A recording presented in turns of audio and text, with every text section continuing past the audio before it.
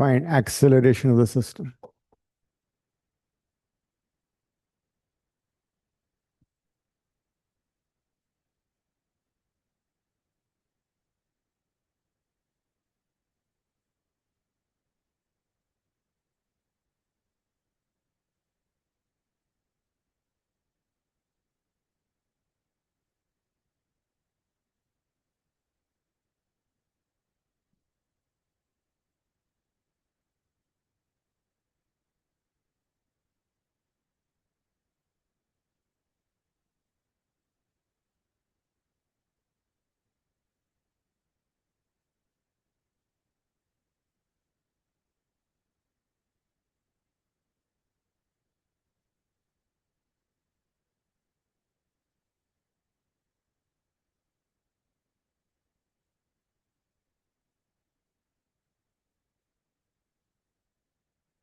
Forces show करो।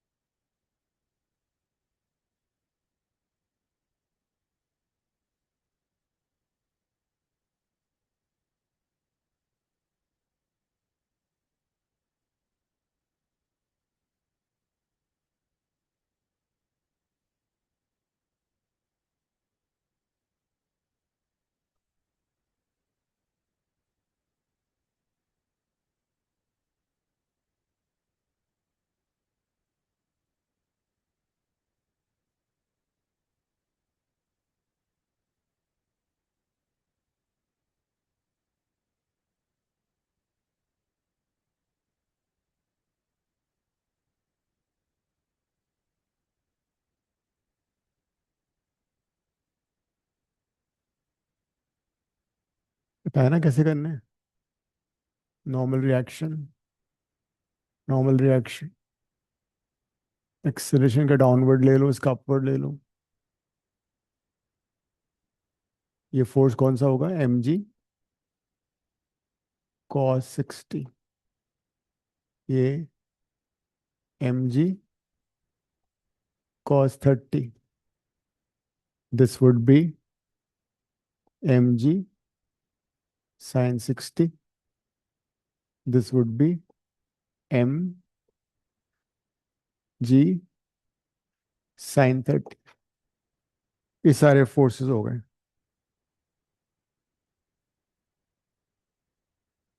Equation बना लो, solve कर लो। नॉर्मल रिएक्शन उसको बैलेंस करेगा, वर्टिकल कंपोनेंट को।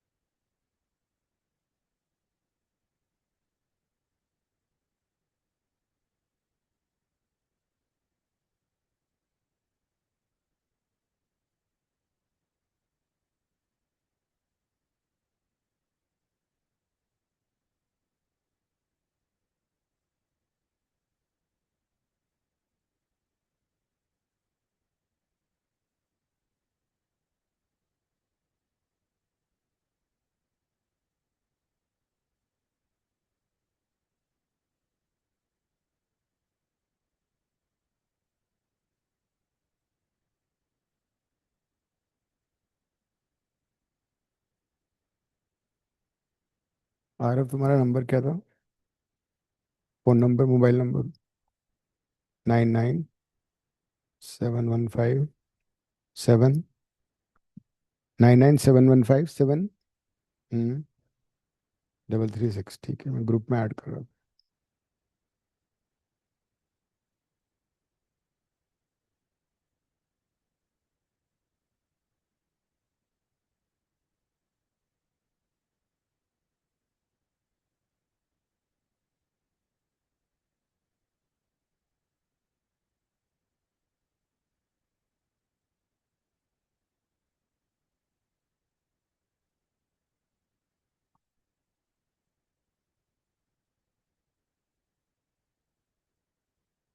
So this equation is 20g sine 60, tension away from the body, tension away from the body equal to mass, और friction force किधर लगेगा वो तो लिया ही नहीं हमने, ये डाउनवर्ड जा रहा है ना, तो upward would be friction opposite direction में म्यू n1। ठीक है, ये डाउनवर्ड जाए तो फ्रिक्शन ऐसे लगेगा, इसमें क्या होगा, it's moving upward, the friction force would be downward, कितना होगा, म्यू n2। तो इसका friction force -1 n1 equal to mass into acceleration, check करो दिस इज ओके।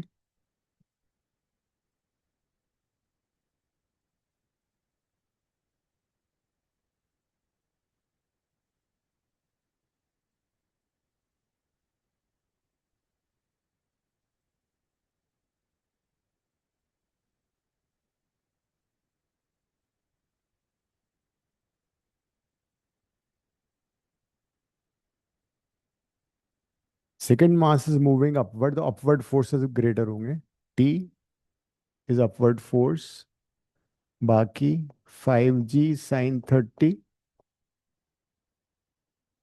ऑपोजिट लग रहा है, और फ्रिक्शन फोर्स कितना होगा, mu which is 0.2 n2 equal to mass into acceleration.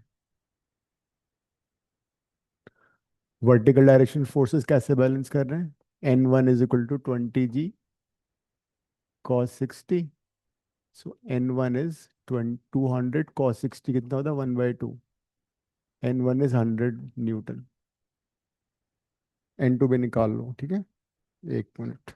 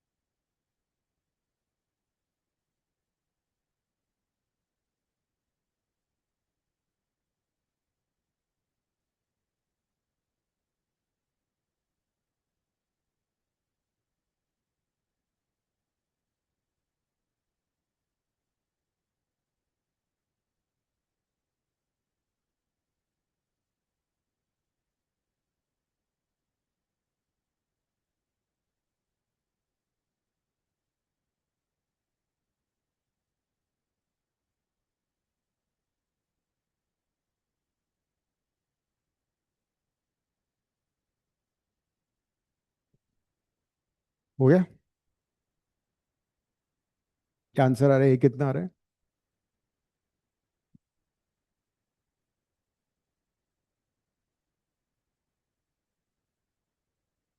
क्या हुआ अनन्या, लेट कैसे हो गई तुम आज?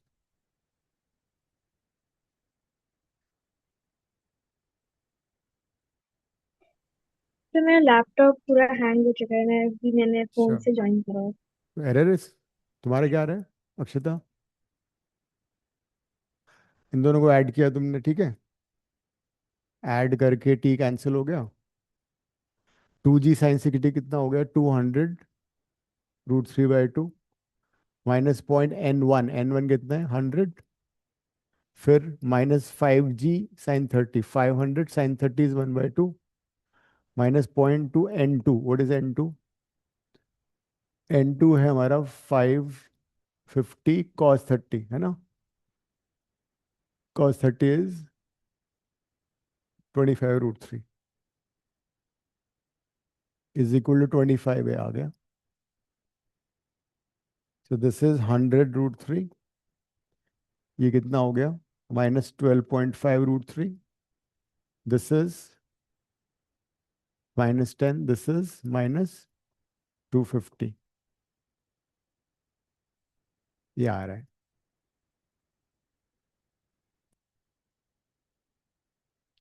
In fact this is coming out to be negative.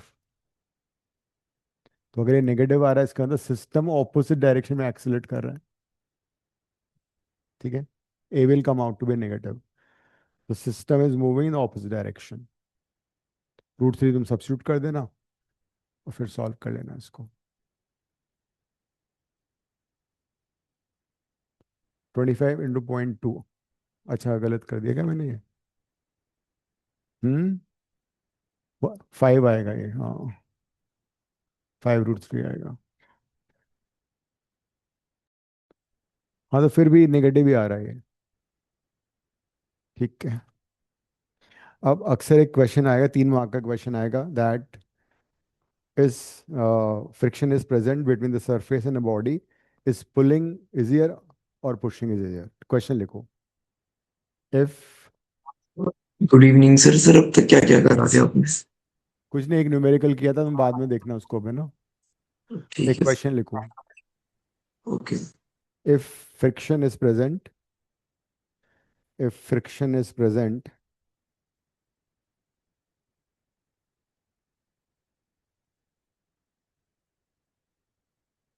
then show that show that pulling is easier than pushing. If friction is present, then show that pulling is easier than pushing.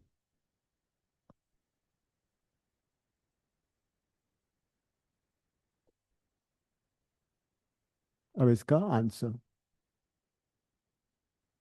पहले हम pushing कर रहे हैं। लिखो, consider a body of mass m. Consider a body of mass m placed on a rough surface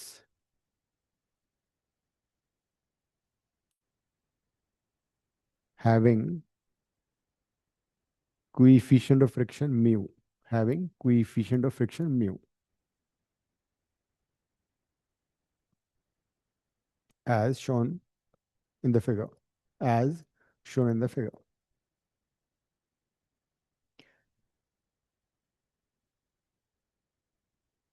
आगे लिखो, we apply a force F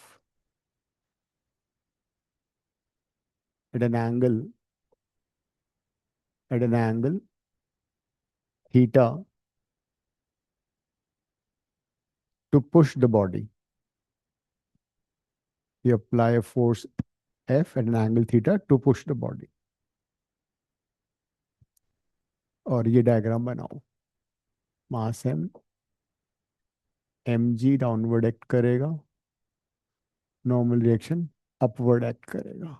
इतना बना लो।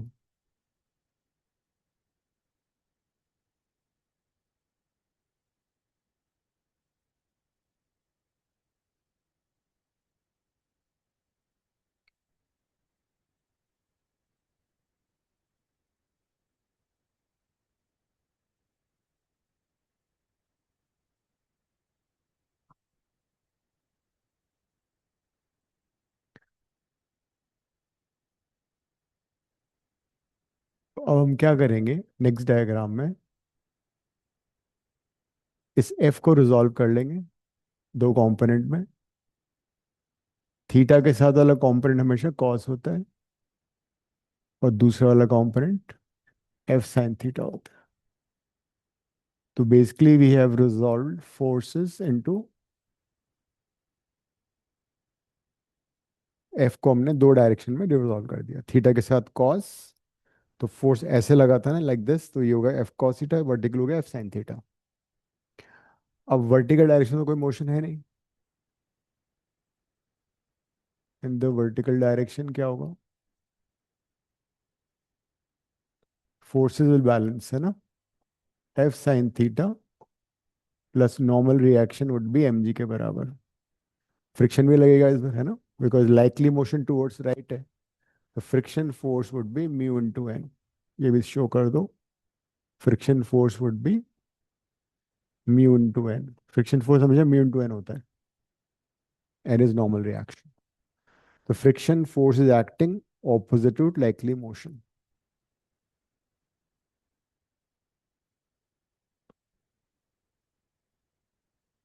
यहां से एन निकाल लेते हैं। एन कितना आ गया, एम जी माइनस, एक मिनट कुछ गलती की है मैंने, F sine theta downward act कर रहा है ना, गलत हो गया। Vertical force upward is N, downward force है M G plus F sine theta. Change कर लो इसको, वर्टिकली अपवर्ड फोर्स है नॉर्मल रिएक्शन, एम जी और एफ साइन थीटा डाउनवर्ड है, तो N is equal to M G plus F sine theta. तो friction force कितना है, but friction forces mean to N,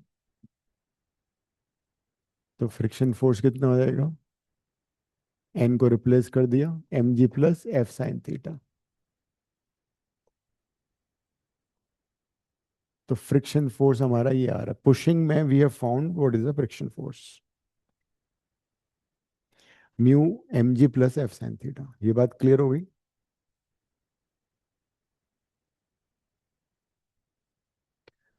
तो when you push something, friction force is coming out to be mu M G plus F sine theta. अब ऐसा करते हैं, now consider pulling.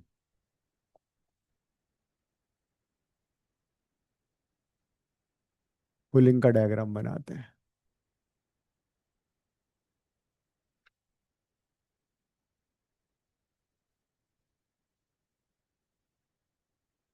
Pulling में object को हम एफ फोर्स से पुल कर रहे हैं, वही theta angle with the horizontal, normal reaction, M G vertically downward, motion किधर हो रहा है इसका, राइट, है ना। तो फ्रिक्शन फोर्स किधर लगेगा, ऑपोजिट, म्यू इनटू एन। बनाओ diagram. So this time we pull the mass towards right. Same force same angle, कोई चेंज नहीं है, सिर्फ पुश कर रहे हैं, पहले हम पुल कर रहे थे, now we are pulling it like this.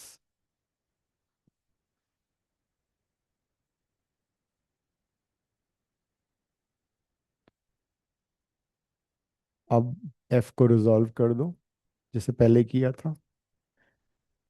F sine theta ऊपर की तरफ लगेगा, नॉर्मल रिएक्शन ऊपर की तरफ, एम जी डाउनवर्ड, और ये फ्रिक्शन राइट में एफ कॉस थीटा। देखो जरा, इसमें कोई डाउट है, जो कंपोनेंट फोर्स का थीटा के साथ होता है वो कॉस होता है।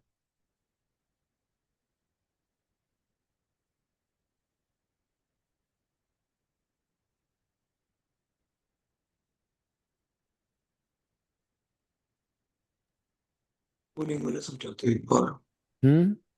सर पुलिंग वाला एक बार समझा दो। पुलिंग में क्या फोर्स ऐसे लगा रहे हैं, मतलब किसी भी चीज को खींचोगे तो आगे से खींचोगे ना ऐसे, तो ऐसे इसको पुल कर रहे हैं एफ फोर्स से। तो नॉर्मल रिएक्शन हो गया, फ्रिक्शन इधर लग गया बिकॉज मोशन इधर है हमारा, है ना, mg डाउनवर्ड होता ही है।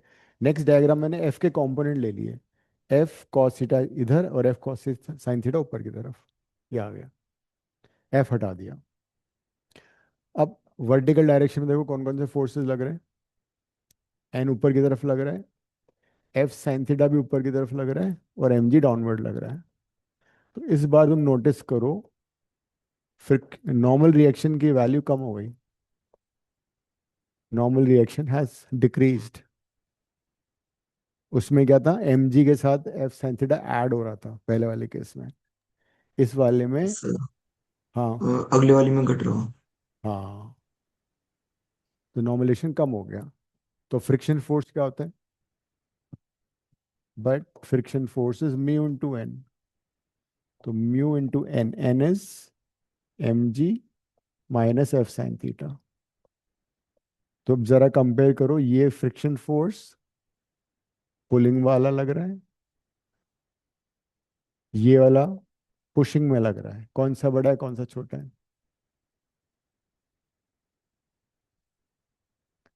पुशिंग में प्लस साइन आ रहा है, तो पुशिंग वाला फ्रिक्शन फोर्स ज्यादा हो गया। So when friction is present, pulling is easier than pushing. बात समझ में आ गई अनन्या? यस सर, हम लोग को डिराइव करना होगा पूरा। यहाँ पूरा लिखोगे ना, पूरा डायग्राम बना के ऐसे लिख, अब तो एक्सप्लेन हो गया कि friction force is more in pushing, that's why pulling is easier than pushing. लेकिन अगर फ्रिक्शन नहीं हुआ तो, अगर फ्रिक्शन नहीं होगा, सॉरी, हाँ, अगर फ्रिक्शन नहीं होता देन तो कुछ फर्क ही नहीं पड़ेगा, दोनों केस में सेम ही रहेगा। ये सिर्फ फ्रिक्शन की बात है ना, अगर जब फ्रिक्शन प्रेजेंट है, तो जब friction is present is always advisable to pull an object and push, ये था। इसको एक बार दोबारा गो थ्रू कर लो, ये एज इट इज 3 मार्क का आएगा। अब सीधे सीधे एग्जाम की तैयारी करो, जो भी हम करते जा रहे हैं उसको याद करते जाओ। सितंबर में ना सभी का एग्जाम।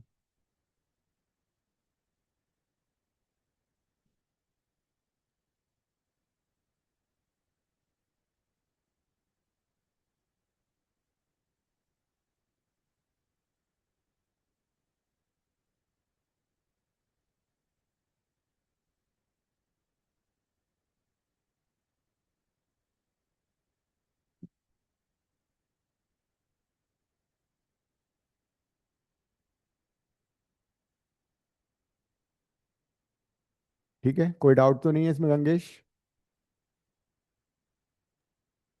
सर ठीक, नेक्स्ट आता है define angle of sir repose and एक बार डेराइव। दोबारा दिखा दो, बस 1 मिनट ट्रैक है तो वो एक बैकग्राउंड।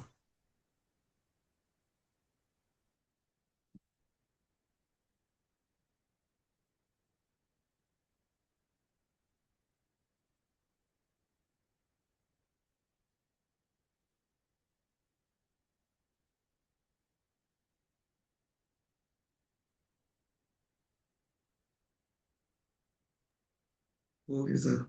ओके, नेक्स्ट क्वेश्चन लिखो, define angle of repose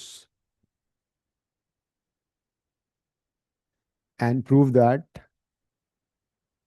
repose, REPOSE, define angle of repose and prove that tangent of angle of repose equals to coefficient of friction। क्या स्कूल में है, याद नहीं होगा?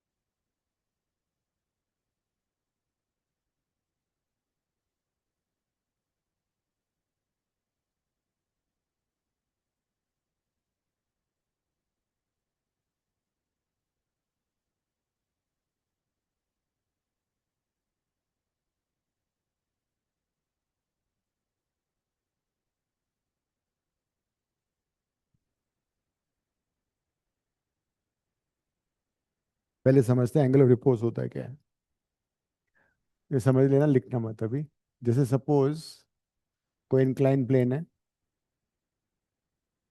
जैसे तुम एक्सपेरिमेंट भी करोगे, एंड दिस इज मूवेबल, मतलब इसका इंक्लिनेशन हम बढ़ा सकते हैं, इंक्रीज कर सकते हैं। ये थीटा है। हमने एक ऑब्जेक्ट को यहाँ रखा हुआ है,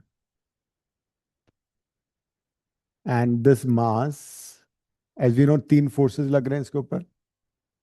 normal reaction, M G cos theta, ये वाला M G sine theta. Motion किसका, लाइकली मोशन किधर होगा, डाउनवर्ड, तो फ्रिक्शन किधर लगेगा, ऑपोजिट डायरेक्शन में। ये चार फोर्सेस पे लग रहे हैं। तो वी सी दैट इस एंगल पे ये स्लाइड नहीं कर रहा है। No motion. अब हम क्या करते हैं, थीटा को ग्रेजुअली इंक्रीज करते हैं। ठीक है। तो थीटा को जब तुम ग्रेजुअली इंक्रीज करोगे तो क्या होगा, एक ऐसी सिचुएशन आएगी, एक ऐसा एंगल आएगा जब this mass is about to slide.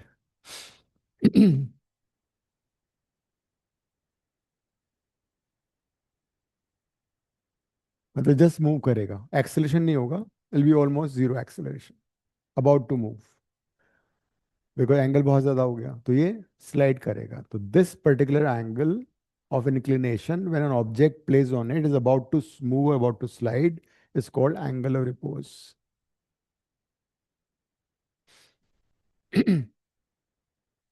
Just about to move. तो एंगल ऑफ रिपोज को कैसे डिफाइन करेंगे, अब बात तो समझ में आ गई तुम्हें।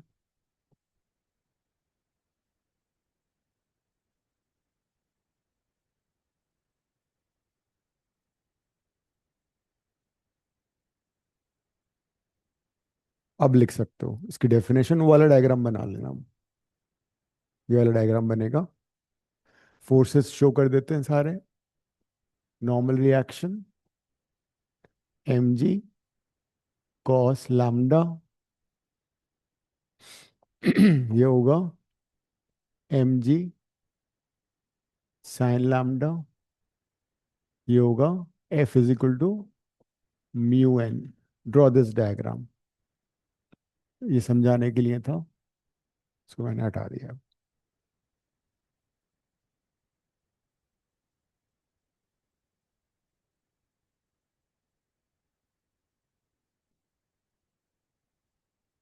लैम्डा लिया ना एंगल ये वाला।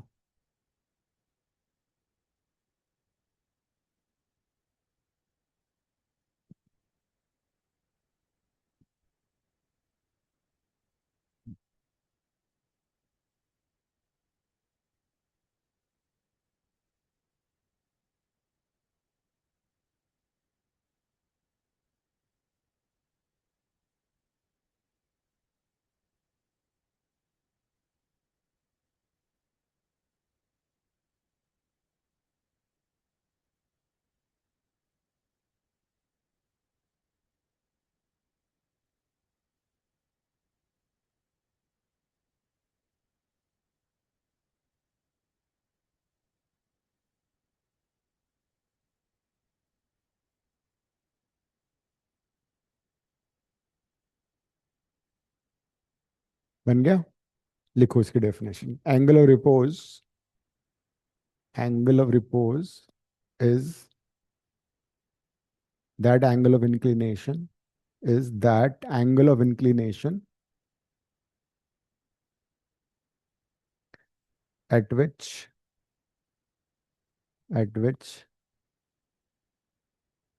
a body is just about to slide,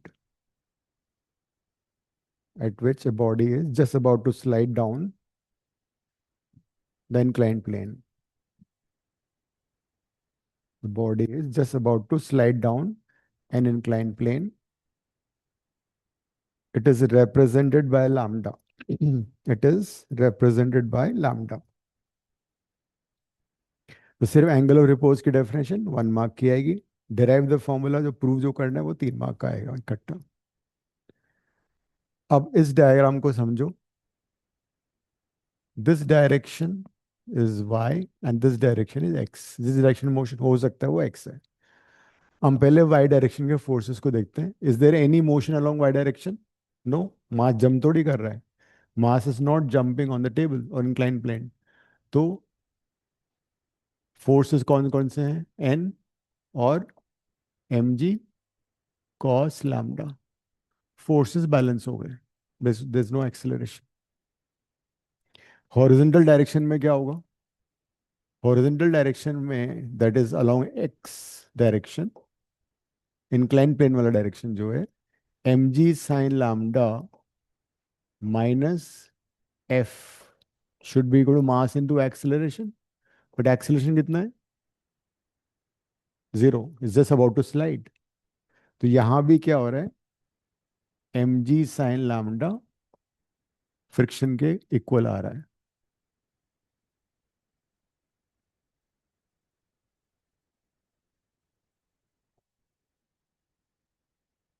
because the body is not accelerating. लेकिन फ्रिक्शन फोर्स क्या होता है? फ्रिक्शन फोर्स होता है mu into N.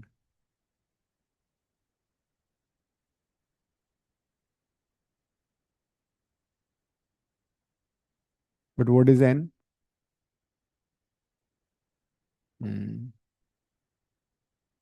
N is mg cos lambda.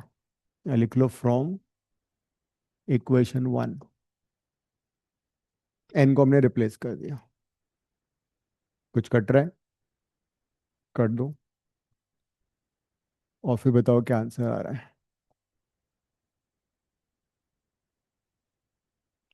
tan lambda is equal to mu. ये हमें prove करना था. The tangent of angle of repose equal to coefficient of friction. ये था ना question. Prove that tangent of angle of repose equals to coefficient of friction. So this question is worth 3 marks.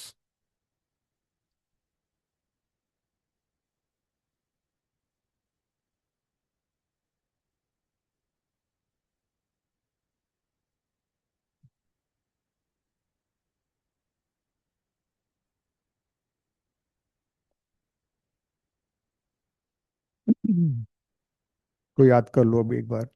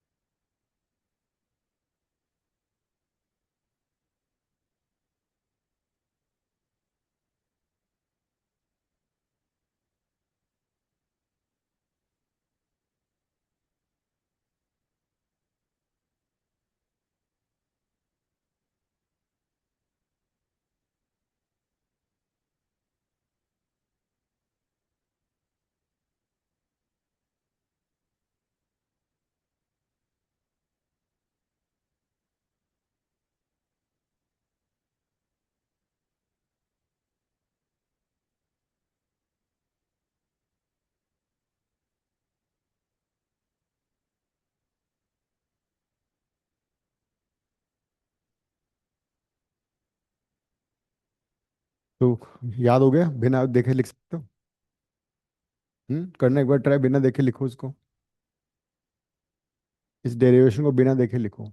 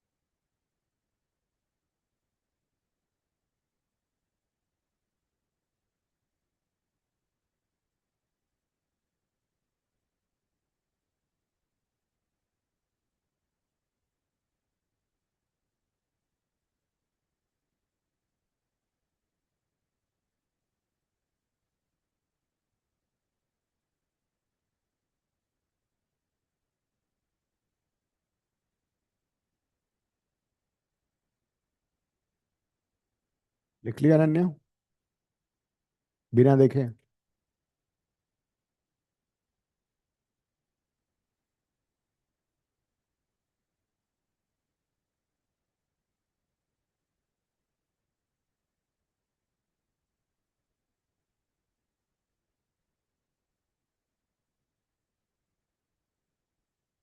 What if theta is more than lambda, फिर क्या होगा? Body slide करेगी, accelerate करेगी।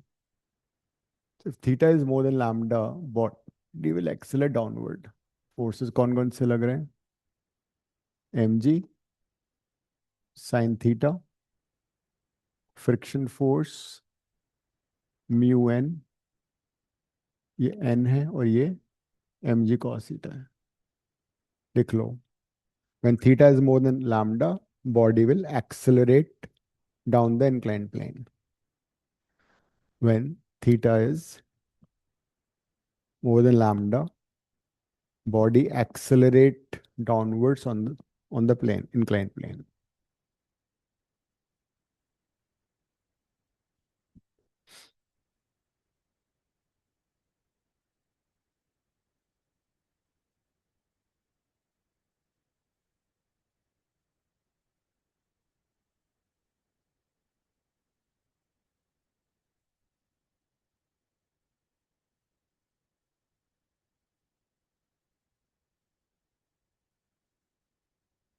Normal to the plane, forces balance हो गए, N हो जाएगा M G cos theta. Along the incline plane क्या इक्वेशन बनेगी? न्यूटन सेकेंड लॉ लगा दो, net force is equal to mass into acceleration. Along the incline plane, down the incline plane, M G sine theta minus F equal to mass into acceleration. M G sine theta minus friction force क्या होता है? Mu into N equal to mass into acceleration. M G sine theta minus mu n. What is n? mg cos theta. So now we have formula for acceleration. m into a, right side से तुम चाहो तो mg common ले लो, left से, तो sign theta minus mu cos theta, m से m cut जाएगा। तो जब भी कोई बॉडी इंक्लाइन प्लेन पे रखी हुई है और थीटा लैम्डा से बड़ा है, तो इतने एक्सेलरेशन से वो डाउनवर्ड एक्सेलरेट करती है। लेकिन अगर रोप वगैरह कनेक्टेड तो फिर ये वाला फॉर्मूला नहीं लगेगा। This is the only formula when the body just placed on incline plane and theta is more than lambda.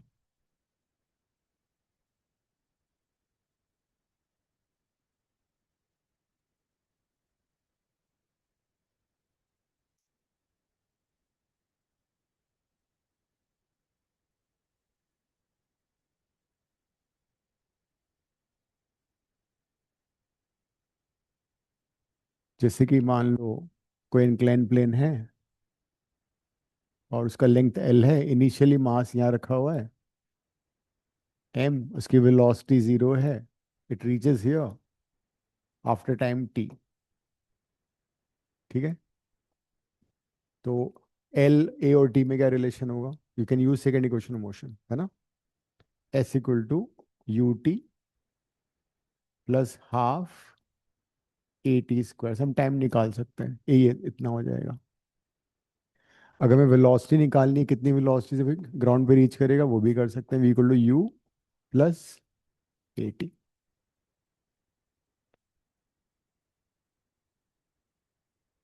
अगर मैं इंक्लाइन प्लेन का लेंथ दे रखा है तो we can find time taken by to reach down the incline plane.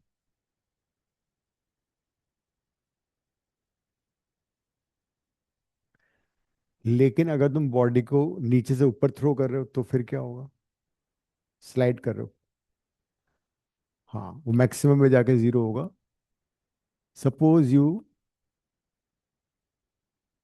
Slide up a body on the plane, on the incline plane, तो हमें उसको इनिशियल वेलोसिटी प्रोवाइड करनी पड़ेगी ना अब तो। हमने उसको सब इनिशियल वेलोसिटी को ऊपर पुश कर दिया। अब मुझे फोर्सेस बताओ कैसे कैसे लगेंगे। फ्रिक्शन फोर्स इधर लगेगा जब, हाँ, ऑपोजिट टू मोशन। तो फ्रिक्शन फोर्स हो गया mu into N down the slope, M G sine theta किधर रखता है हमेशा, like this. Normal reaction like this, M G cos theta like this. इस बार रिटार्डेशन होगा क्योंकि फ्रिक्शन भी डाउनवर्ड है, एम जी भी डाउनवर्ड है।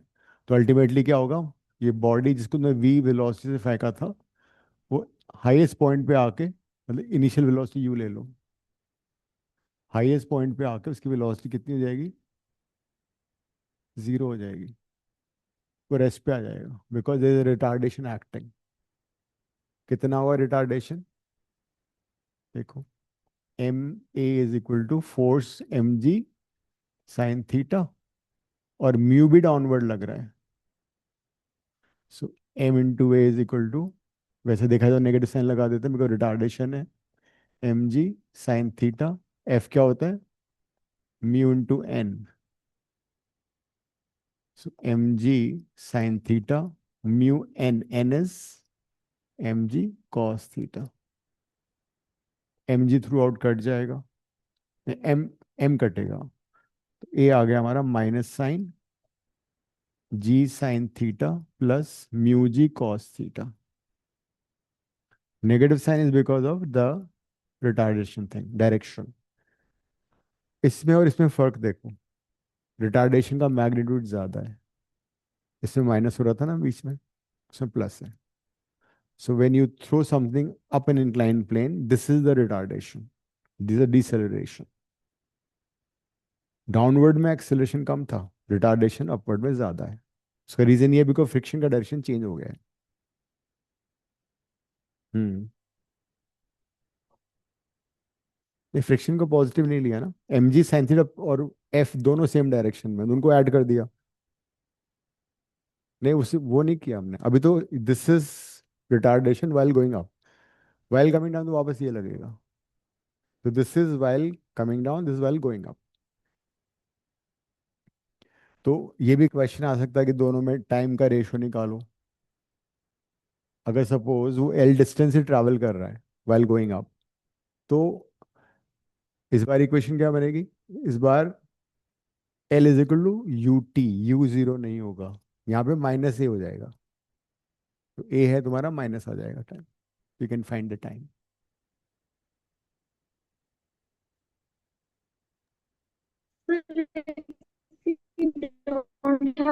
फ्रिक्शन और हमने किसी बॉडी को ऊपर स्लोप से फेंका, तो उस फिर क्या हम होगा? इसमें हमने क्या किया, नीचे से फेंका ना ऊपर की तरफ, तो फिर एक्सेलरेशन होना। एक्सेलेरेशन की डायरेक्शन उल्टी हो जाएगी बिकॉज फ्रिक्शन भी डाउनवर्ड लग रहा है, एम जी स्थान भी डाउन लग रहा है, और बॉडी अपवर्ड मूव कर रही है, तो मतलब जो एक्सेलेरेशन प्रोड्यूस हो रहा है वो डाउनवर्ड है, जबकि मोशन अपवर्ड है। दैट्स वाई ए को हमने नेगेटिव ले लिया।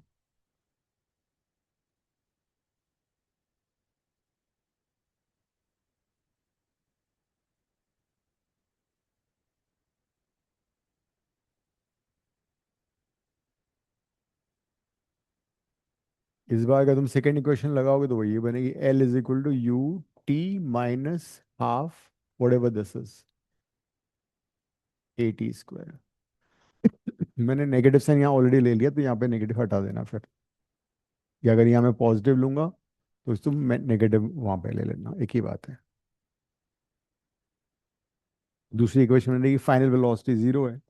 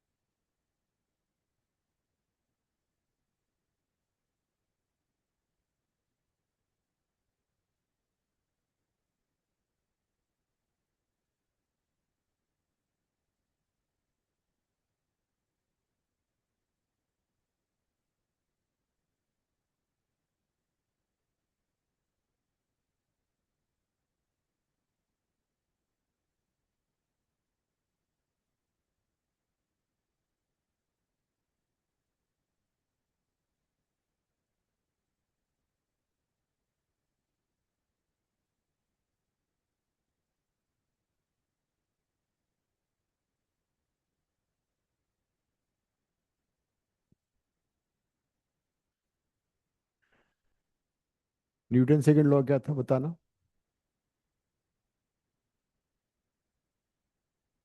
Newton second law.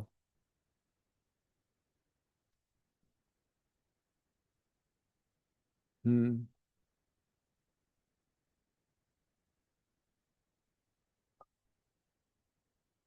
हम्म। अब हम कर रहे हैं principle of conservation of momentum of linear momentum, because rotational में भी होता है एंगुलर मोमेंटम का। Statement and the formula derivation 3 mark का है, 2 का भी आ सकता है ये। So you know that according to Newton's second law, rate of change of linear momentum equal to force acting on the body, ये था। लिखो according to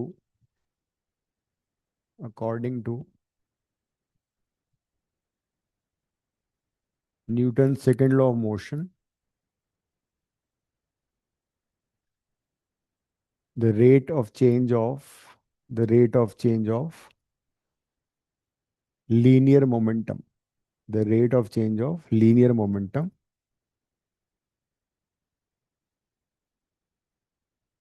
equals to the force applied, that is dp by dt is equal to f. So mathematically this was principle of Newton's second law of motion. If there's no external force, ठीक है, अगर किसी system bodies पे हमने external force नहीं लगाया फिर क्या होगा? ओनली द फोर्स है इंटरनल टू द सिस्टम, ठीक है। If there is no external force then dp by dt कितना हो जाएगा? 0। That is dp will be equal to 0। What is dp? Change in momentum. तो change in momentum will be 0। Change in momentum को हम ये भी लिख सकते हैं, final momentum equal minus initial momentum, or we can say final momentum is equal to initial momentum. That is nothing but principle of conservation of linear momentum.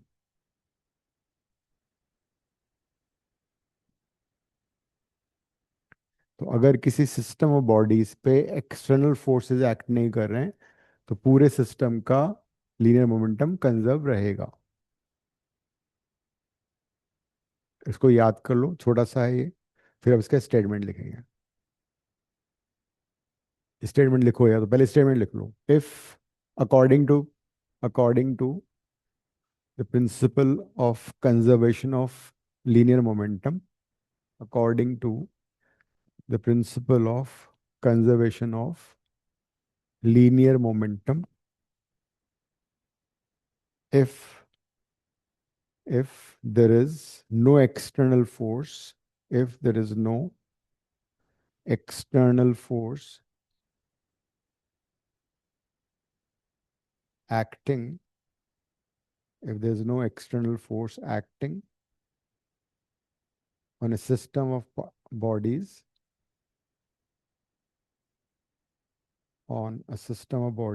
then its linear momentum remains conserved. Its linear momentum remains conserved.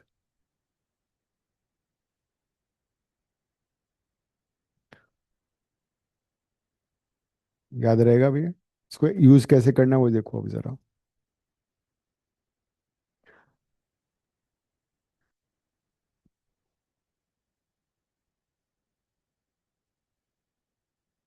ये अक्सर आता है recoil of gun.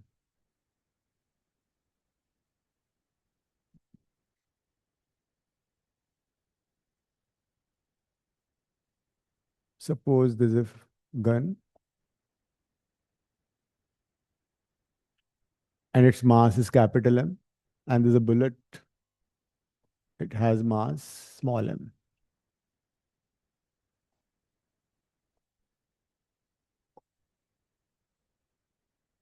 Capital M mass of the gun, mass of bullet. So this is the initial situation. Bullet gun के अंदर है, दोनों rest पर है, तो उनकी वेलोसिटी कितनी है? 0। तो अभी सिस्टम का इनिशियल मोमेंटम कितना है? सिस्टम का मतलब हुआ गन एंड द बुलेट, तो m into 0 plus small m into 0, so that is the initial momentum of the system. Equation number 1. So before we fire a bullet from the gun, the momentum of the system is 0.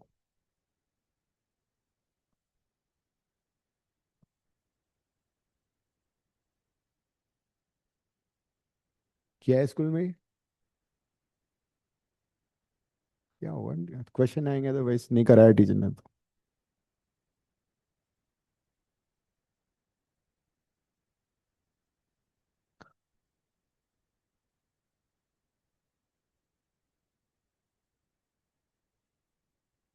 Once you fire from the gun, bullet will move with a very high speed, है ना? Bullet will move with a very high speed. What about the gun? Gun will velocity v. तो यहाँ पे u is velocity of bullet,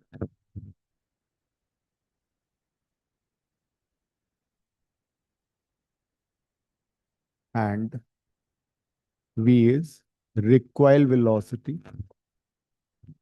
of the gun. NCC किया तुम लोगों ने कभी? नहीं, एनसीसी स्कूल में होता है ना? अच्छा। तो उसमें क्या होता है, they teach you how to fire a gun. तो उसमें क्या होता है, जो राइफल होता है ना, उसको शोल्डर पे टाइटली होल्ड कर रखते हैं, और राइफल का जब तुमने वुडन पार्ट देखो बहुत बड़ा सा होता है वो। तो उसका ये अभी समझेंगे ऐसा क्यों होता है। तो अब क्या होगा, फाइनल मोमेंटम कितना होगा सिस्टम का? गन का momentum M into V, and bullet का मोमेंटम एम इंटू वी, तो that is the final momentum. अब हो ये रहा है कि जब तुम फायर कर रहे हो बुलेट को, तो जो फोर्सेस लग रहे हैं इंटरनल टू द सिस्टम, तो बुलेट को स्पीड मिल रही है वो केमिकल एनर्जी से मिल रही है। So there is no external force on the system.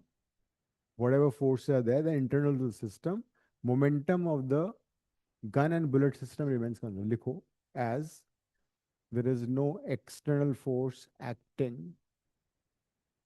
as there is no external force acting on the system. System के आगे ब्रैकेट में लिखोगे bullet plus gun, as there is no external force acting on the system. System के आगे bracket में bullet plus gun. Linear momentum of the system will remain conserved. Linear momentum of the system will remain conserved.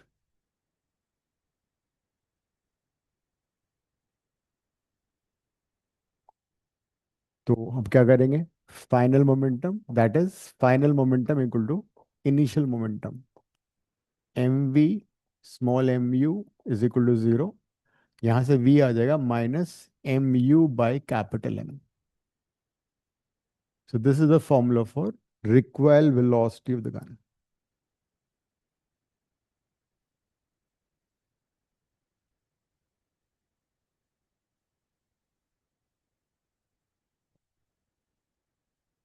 Numerical भी आ सकता है इसमें, conceptual भी आ सकता है, ये 5 मार्कर भी आ सकता है, that state principle of conservation of momentum and then explain recoil of the gun. अब ये नेगेटिव साइन क्या सिग्निफाई कर रहा है? The negative sign signifies that the gun and the bullet they are moving in opposite direction, because vector formula है। दूसरी बात, जितना ज्यादा एम बड़ा होगा, मतलब गन का मास जितना ज्यादा होगा, उतनी रिकॉइल वेलोसिटी कम होगी, है ना? एम डिनोमिनेटर में है ना, एम। हाँ, एम जितना बड़ा होगा वी उतना ही कम होगा। यस। तो क्या होता है कि जो राइफल वगैरह होती है जिसको शोल्डर पे टाइटली होल्ड करते हैं, क्वेश्चन ऐसे आएगा, why it is advise to fire a gun by placing on your shoulder tightly. So अगर शोल्डर पे तुम गन को टाइटली होल्ड करोगे तो तुम्हारा अपना बॉडी का मास भी उसमें ऐड हो जाएगा। एज अ रिजल्ट तुम्हें पीछे की तरफ रिकॉइल बहुत कम लगेगा। अगर तुमने सपोज ऐसे राइफल चला दी, पता लगा उसका बॉनेट तुम्हें टकरा गया, वो बहुत तेजी से रिकॉइल करता है वो। नॉर्मल जो पिस्टल होती है उसको भी जब तुम फायर कर दो ना, वो पीछे आता है, इसलिए बहुत हार्ड टाइट करना पड़ता है। ये नहीं कि एकदम से लूज करके इसको कर दिया, पूरा हाथ तुम्हारा पीछे चला जाएगा। इट रिक्वायल करता है वो। जैसे नल को कभी खोलते हो तेजी से, तो इवन नॉर्मल टैप में क्या होता है, पानी जब बाहर निकलेगा उससे तो पीछे पुश करता है, एक्शन रिएक्शन। तो उसको बोलते हैं वाटर हैमर। तो कई बार क्या होता है, जब वाटर कैनन थ्रो करते हैं ना प्रोटेस्टर पे, तो उस वाटर कैनन से इतनी स्पीड से पानी निकलता है कि इसको होल्ड करने के लिए 5-6 लोग चाहिए होते हैं। इवन जब फायर फाइटिंग में जो वाटर कैनन होती है उसको भी होल्ड करने के लिए यू नीड 2-3 पीपल, बिकॉज वो बहुत तेजी से पीछे पुश करता है। अगर नॉर्मल पाइप में बहुत तेजी से पानी अगर जा रहा है आगे, तो पाइप पीछे जाएगा बहुत तेजी से, this because of require action reaction. तो gun is held at shoulder tightly so that mass of the gun and the person added, resulting in smaller recoil of the gun. Gun बहुत तेजी से पीछे रिकॉइल करता है। जिसमें numerical भी आ सकता है, एक्सप्रेशन भी आ सकता है। इसलिए राइफल का जो वुडन पार्ट होता है तुमने देखा हो ना, काफी हैवी होता है, बड़ा सा होता है, वो इसीलिए होता है, बहुत तेजी से रिकॉइल करता है वो। नेक्स्ट है angle of friction.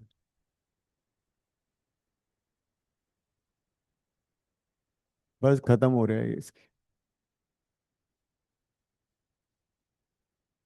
Angle of friction, जब किसी रफ सरफेस पे हम ऑब्जेक्ट को रखते हैं, तो एक तो मैं मालूम नॉर्मल रिएक्शन लगता है ये। अगर इसमें हमने फोर्स ऐसे लगाया है, तो फ्रिक्शन फोर्स कैसे लगेगा? ऑपोजिट डायरेक्शन में लगता है ना। Friction force will be in opposite direction.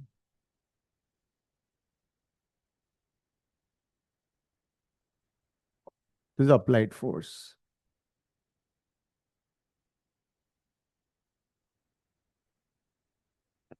तो फ्रिक्शन फोर्स और नॉर्मल रिएक्शन का जो रिजल्टेंट होता है उसको बोलते हैं R. N is normal reaction and R is total reaction force,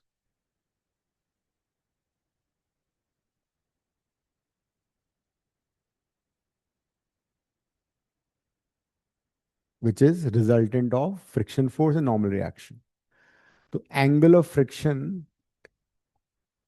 is basically angle between normal reaction and the total reaction force. लिखो definition फिर diagram बना लेना।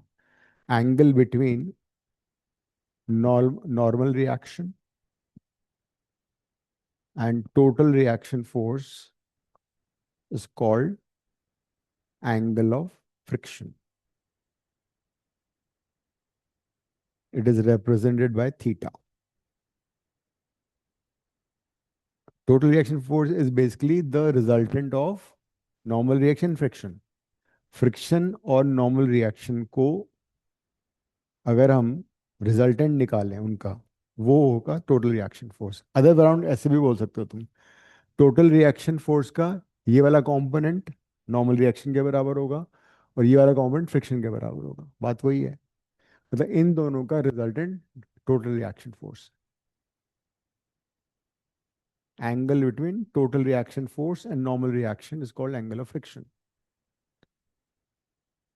अब क्वेश्चन ये आएगा दैट प्रूव दैट या 3 मार्क का आएगा तो definition of angle of friction, and then prove that angle of friction equals to angle of repose. Prove that angle of friction equals to angle of repose. ये prove करना आ सकता है.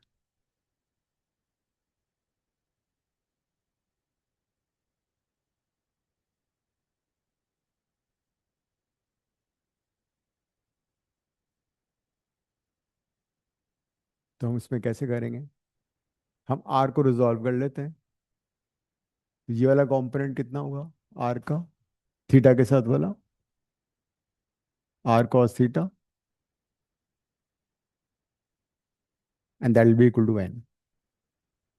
Total reaction force का theta के साथ component will be R cos theta, which is equal to normal reaction.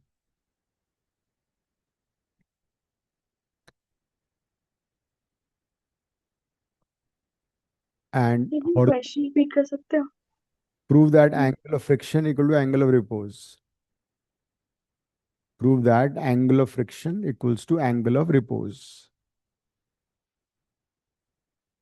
तो हमने r को रिजॉल्व किया, r इक्वल टू एन आ गया, r cos थीटा. ये वाला कंपोनेंट कितना होगा? r sin theta, and this should be equal to friction force. अब जो मैं बता रहा था कि रिएक्शन फोर्स क्या होता है, रिएक्शन फोर्स एन और एफ का रिजल्टेंट होता है. इन दोनों का तुम स्क्वायर करके ऐड करोगे तो आर आ जाएगा, under root N square plus F square. If I square these two and add, I'll get R is equal to root of n square plus f square. जब दो फोर्स परपेंडिकुलर होता है resultant कैसे निकलता है? P square plus की square root, वही आ गया.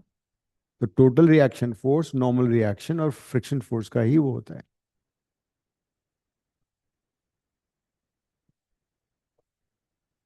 तो हमने R को रिजॉल्व कर लिया. अब इक्वेशन 2 को चुपके से डिवाइड कर दो 1 से, देखो क्या आता है.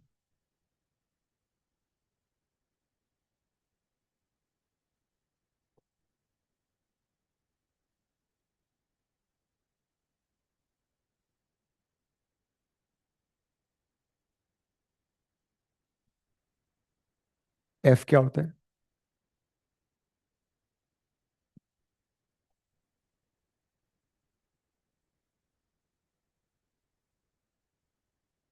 tan थीटा कितना हो गया? म्यू. लेकिन अभी अभी तुमने पढ़ा था tan लैम्डा कितना होता है? tan लैम्डा भी म्यू होता है. That is tan theta equal to tan lambda और theta equal to lambda. Angle of repose is basically equal to angle of friction.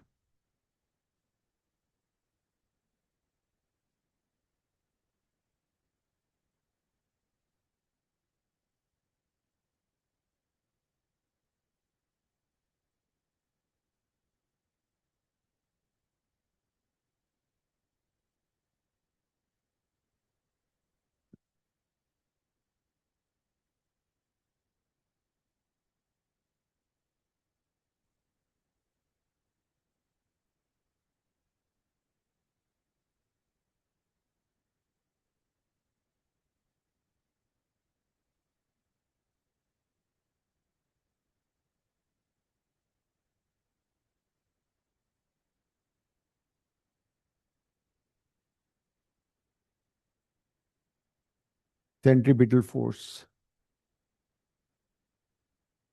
क्या है? हम्म, नींद आ रही? What is centripetal force, Ananya? Force required to make a body move in a circular path. ठीक है, लिखो centripetal force.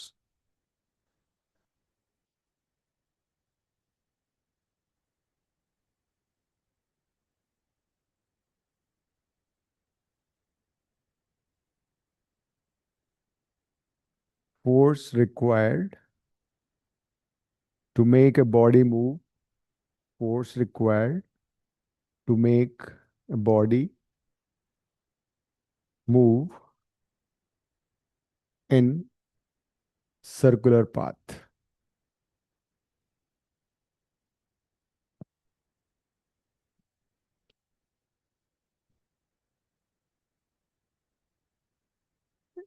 Centripetal acceleration तो मालूम है ना? Centripetal acceleration is v square by r और omega square r, because v is equal to r omega होता है. Centripetal force is m v square by r और m omega square r.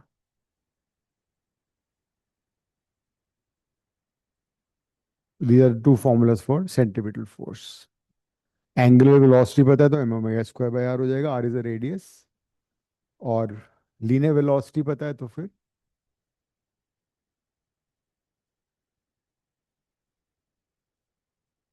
centripetal force always acts towards the center of the circular motion. तो अगली class में हम कर लेंगे वो क्या होगा ना, इंक्लिनेशन ऑफ साइक्लिस्ट, वो इसी पे बेस्ड है. And then will start with work by energy next class में. Ending the class. कल क्लास नहीं है अनन्या, ठीक है? Okay sir. 15 अगस्त को क्लास नहीं होती, छुट्टी होती. अदरवाइज तुम साउदिक सेंटर पहुंची. All right. Thank you sir.